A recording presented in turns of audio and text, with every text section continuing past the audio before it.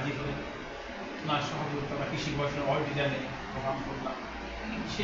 সেই প্রোগ্রামে আমরা সম্বর্ধনা দিলাম কবি আসাদ কবি আল মাহমুদ সাহেব।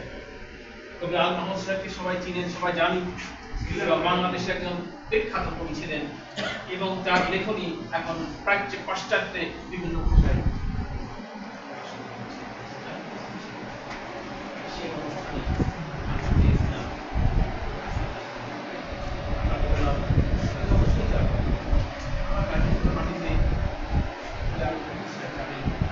আপনার সম্বর্ধনা দিবেন, আমি অবশ্যই যাব। উনি দরদি মন নিয়ে এসে আমাদের এই প্রোগ্রামে অংশগ্রহণ করে প্রোগ্রামকে সফল করেছিলেন। আমি এবং ভাই হাসান ভাই সহ অনেকে আমরা কালীগঞ্জে বড়গ্রামে বড়গ্রাম মাদ্রাসায় জানাজার মাঠে অংশগ্রহণ করেছি। আমরা বিশ্বাস করি কবিদের স্বপ্ন অনন্তকাল,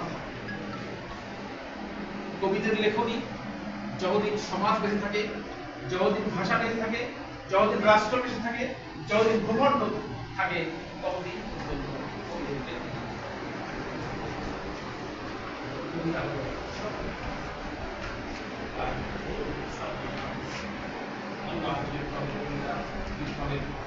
ইস্তেহার ঘোষণা করে আমাদের দেশে ইসলাম প্রিয় জনগণ, তরুণ এবং